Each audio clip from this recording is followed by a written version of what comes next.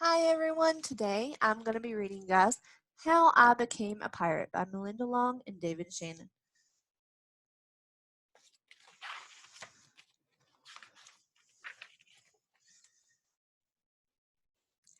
Pirates have green teeth, when they have any teeth at all. I know about pirates because one day, when I was at the beach building a sandcastle and minding my own business, a pirate ship sailed into view.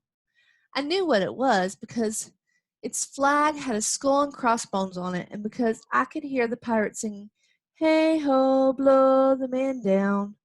They were a little off key.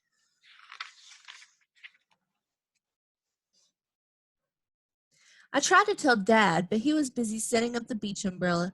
I tried to tell Mom, but she was busy slathering my baby sister with sunblock. So I went back to my sandcastle, but I kept my eye on the pirates. By then, they were rowing to shore.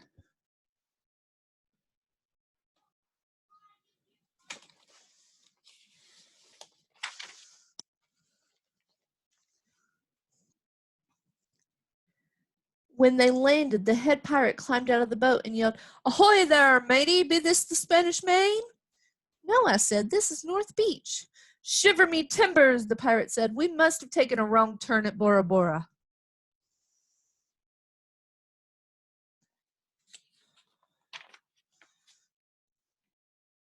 He walked around my sandcastle. He looked at the moat, then he yelled back to his crew, "He's a digger, he is, and a good one to boot." "A good one to boot," the others agreed. "What be your name, matey?" the head pirate asked. "Jeremy Jacob, sir," I told him.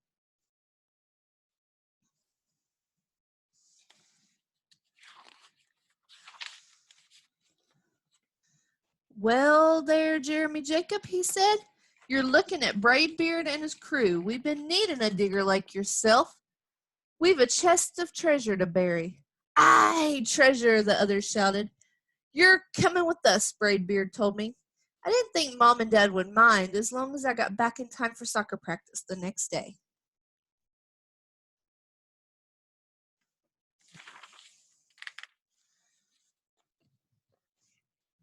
That's how I became a pirate.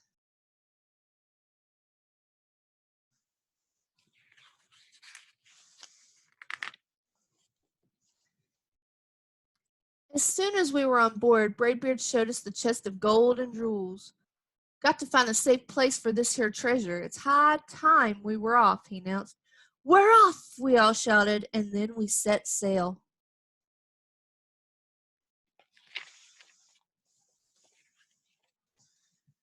There was plenty to do on board. The pirates taught me to sing sea shanties, the louder the better, and to say real pirate stuff like landlubber and scurvy dog.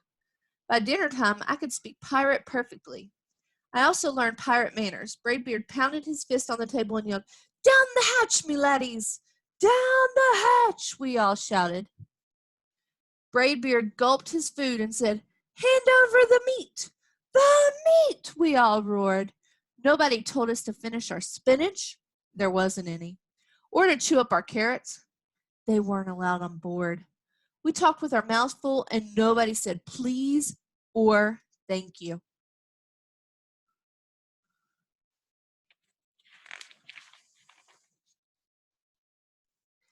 After dinner, I tried to teach the pirates to play soccer. Braidbeard kicked the ball and yelled, "Arr, soccer! Arr, soccer!" the crew yelled. Then everyone dove for the ball at once and it rolled right off the deck. "After it, me hearties," Braidbeard commanded. "After it?" we all whispered. We fought over who would go get the ball, but it didn't matter anyway, because a shark came along and swallowed it in one gulp. So much for soccer.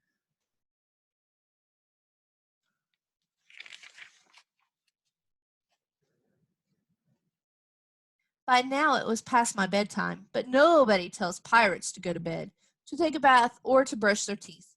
Maybe that's why their teeth are green. Pirates sleep with one eye open, just in case. And they don't change into pajamas unless they want to. Pirates don't do anything they don't want to, except for maybe swabbing the decks. I wanted to be a pirate forever. But then I found out what else they don't do. When I couldn't stay awake any longer, I asked Braidbeard to tuck me in and read me a story. Tuck you in, he bellowed. Pirates don't tuck. No tucking, the crew cried. And the only thing they had to read was a map. Don't you have any books? I asked. Braidbeard looked confused. Books?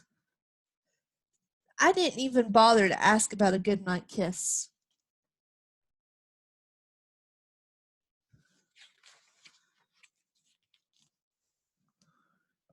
It wasn't easy to fall asleep without a story, but I was finally dozing off when a storm broke. Thunder boomed and lightning flashed. I tried to hide under the covers as waves slammed up against the ship, but I kept falling out of my hammock. I couldn't find anyone in the cabin. They were all on deck.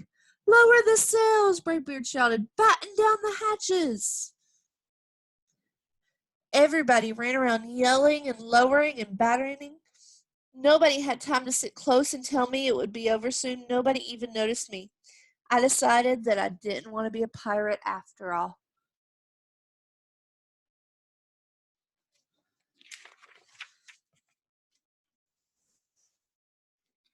Just then, flash, crash, crack.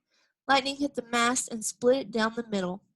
What do we do now? Yelled one of the pirates. We'll have to turn back, called another. But the treasure, hollered Braidbeard. Where will we bury the treasure? I stepped forward. Maybe I can help, I shouted over the wind. I think I know the perfect digging spot.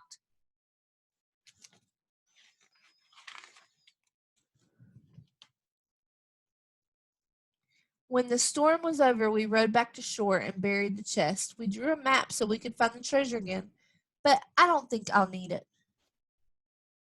Jeremy Jacobs' backyard.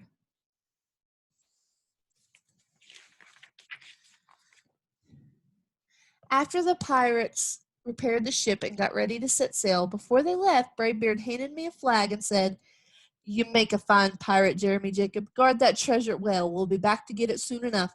Soon enough, the crew repeated. And if you ever need us, Braidbeard added, just run the Jolly Roger up yonder pole. Up yonder pole, the others shouted. And maybe I will, but not today.